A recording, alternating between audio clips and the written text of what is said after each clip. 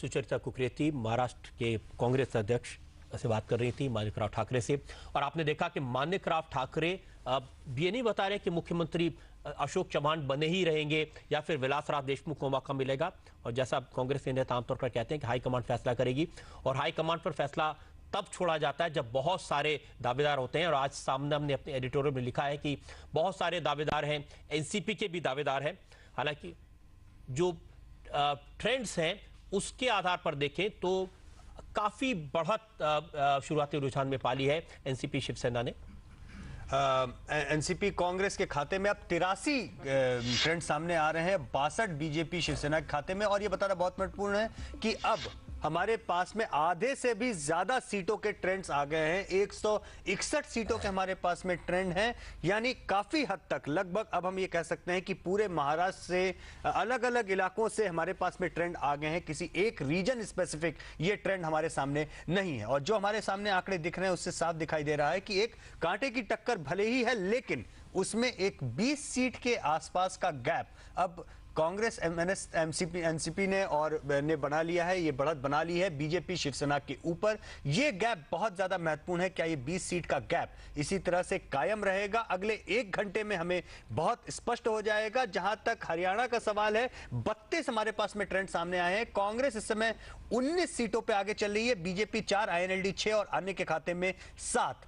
कुल मिला के 36 ट्रेंड हमारे पास में हरियाणा के सामने आए हैं। अरुणाचल एक तरफा जा रहा है, अभी तक 8 ट्रेंड, 8 के 8, जिसमें से 3 सीटों के ट्रेंड्स आ गए हैं। 161 सीटों के हमारे पास में ट्रेंड हैं, यानी काफी हद तक लगभग अब हम ये कह सकते हैं कि पूरे महाराष्ट्र से अलग अलग इलाकों से हमारे पास में ट्रेंड आ गए हैं। किसी एक रीजन स्पेसिफिक ये ट्रेंड हमारे सामने नहीं है। और जो हमारे सामने आंकड़े दिख रहे हैं उससे साफ दिखाई दे रहा है कि एक कांटे की टक्कर भले ही है, लेकिन उसमें एक 20 सीट के आसपास का गैप अब कांग्रेस एनसीपी ने बना लिया है। ये बढ़त बना ली है बीजेपी शिवसेना के ऊपर। ये गैप बहुत ज्यादा महत्वपूर्ण है। क्या ये 20 सीट का गैप इसी तरह से कायम रहेगा? अगले 1 घंटे में हमें बहुत स्पष्ट हो जाएगा। जहां तक हरियाणा का सवाल है, 32 हमारे पास में ट्रेंड सामने आए हैं। कांग्रेस इस समय 19 सीटों पर आगे चल रही है, बीजेपी 4, आईएनएलडी 6 और अन्य के खाते में 7। कुल मिला के 36 ट्रेंड हमारे पास में हरियाणा के सामने आए हैं। अरुणाचल एक तरफा जा रहा है, अभी तक 8 ट्रेंड, 8 के 8, जिसमें से 3 अनअपोज्ड जो पहले के जीत हैं वो शामिल हैं। लगभग एक तरफा जीत कांग्रेस को अरुणाचल में मिलती हुई दिखाई दे रही है। हरियाणा के जो नतीजे हैं इसमें बिल्कुल एक तरफा इस समय नहीं दिखाई दे रहा है जी।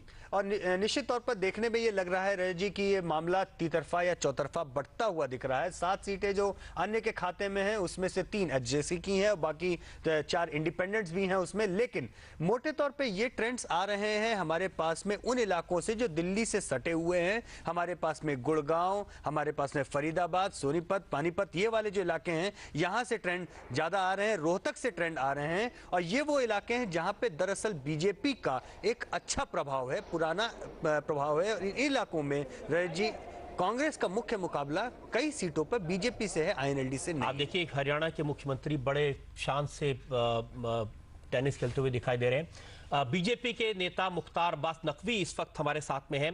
नकवी साहब जो इस पूरे कैंपेन के इंचार्ज थे। मुख्तार साहब बहुत बहुत स्वागत है आपका। जो भी ट्रेंड्स आप देख रहे हैं उसके बावजूद आपके चेहरे पर मुस्कान मुझे समझ नहीं आ रहा कैसे हो सकती है।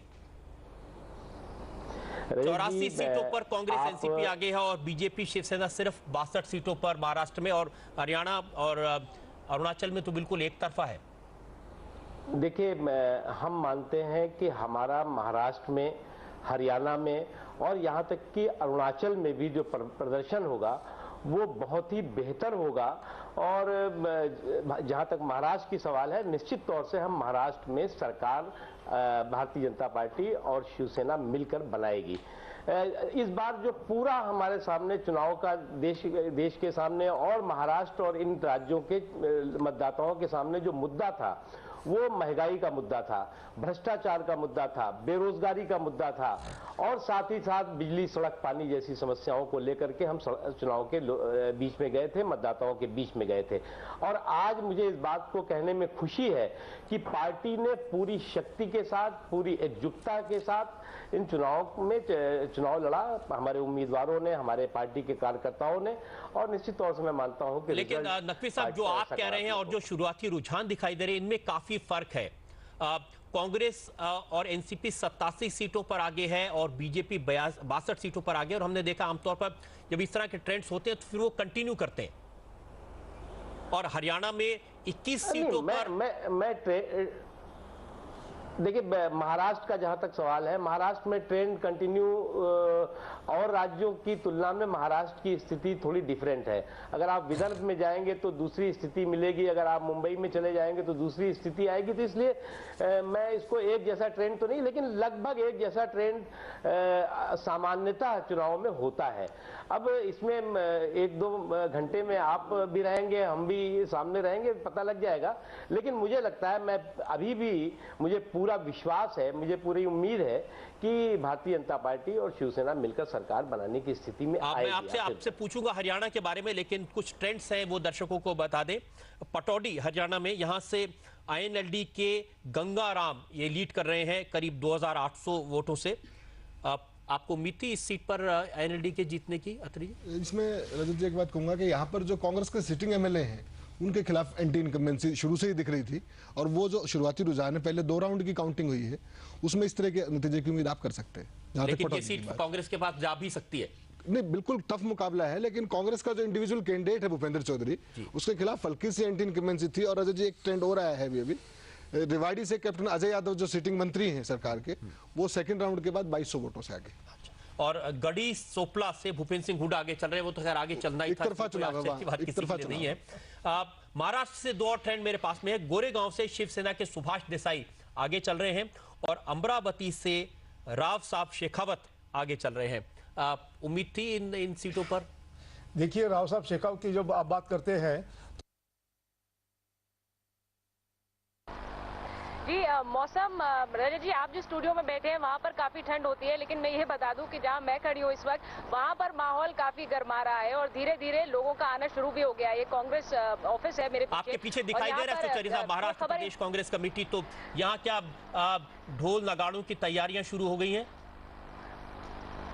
जी मैं वही बता रही थी आपको रजत जी कि ढोल नगाड़े आने शुरू हो गए हैं, क्योंकि कांग्रेस के जो कार्यकर्ता हैं वो इस बात से पूरी तरह आश्वस्त हैं कि ये जो है एक तरह की हैट्रिक कांग्रेस के लिए होने वाली है। और मैं आपको ये भी बताऊं, जो खबर हम तक पहुंच रही है कि कांग्रेस ने अपने जो बागी उम्मीदवार हैं, जो कि स्पष्ट संकेत दे रहे हैं, मिल रहे हैं कि वो जीतेंगे, उन्हें फीलर्स देना भी शुरू कर दिया है। ये साफ तौर पर अब कांग्रेस की टोन भी बदल गई है। वो ये कह रहे हैं कि वो तो परिवार के ही लोग हैं, रूठ के गए थे, वापस आ जाएंगे। तो इस तरह का जो रवैया में बदलाव है वो भी साफ देखने को मिल रहा है, क्योंकि जैसा यशवंत भी बता रहे थे, तकरीबन 20 सीट का गैप इस वक्त ट्रेंड्स में नजर आ रहा है। और वो थोड़ा सा गैप और बढ़ गया है। 97 आपको पता रहे, 97 सीटों पर कांग्रेस एनसीपी आगे चल रही है और 66 सीटें हैं जिन पर बीजेपी शिवसेना आगे चल रही है। तो अब गैप करीब 33 सीटों का हो गया है और एमएनएस सिर्फ 7 सीटों पर आगे चल रही है और अदर्स जो है वो 13 सीटों पर आगे हैं।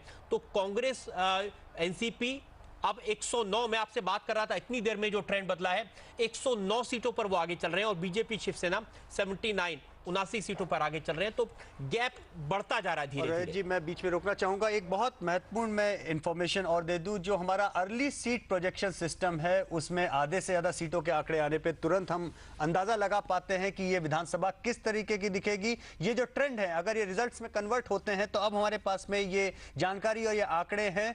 इंडिया टीवी और सी वोटर का अनुमान है कि 132 सीटें जा सकती हैं इस विधानसभा में कांग्रेस और एनसीपी के खाते में। बीजेपी शिवसेना को 118 पे सिमटना पड़ सकता है। 11 सीटें जा सकती हैं राज ठाकरे की पार्टी के खाते में और 27 अन्य के खाते में। इन 27 में से 18 कैंडिडेट ऐसे हैं जो कि कांग्रेस और एनसीपी के रेबल कैंडिडेट हैं। 132 कांग्रेस एनसीपी के खाते में, 118 शिवसेना बीजेपी के खाते में, 11 राज ठाकरे की पार्टी के खाते में, 27 अन्य जिसमें से 18 ऐसे हैं जो कि कांग्रेस और एनसीपी के रेबल कैंडिडेट माने जा सकते हैं।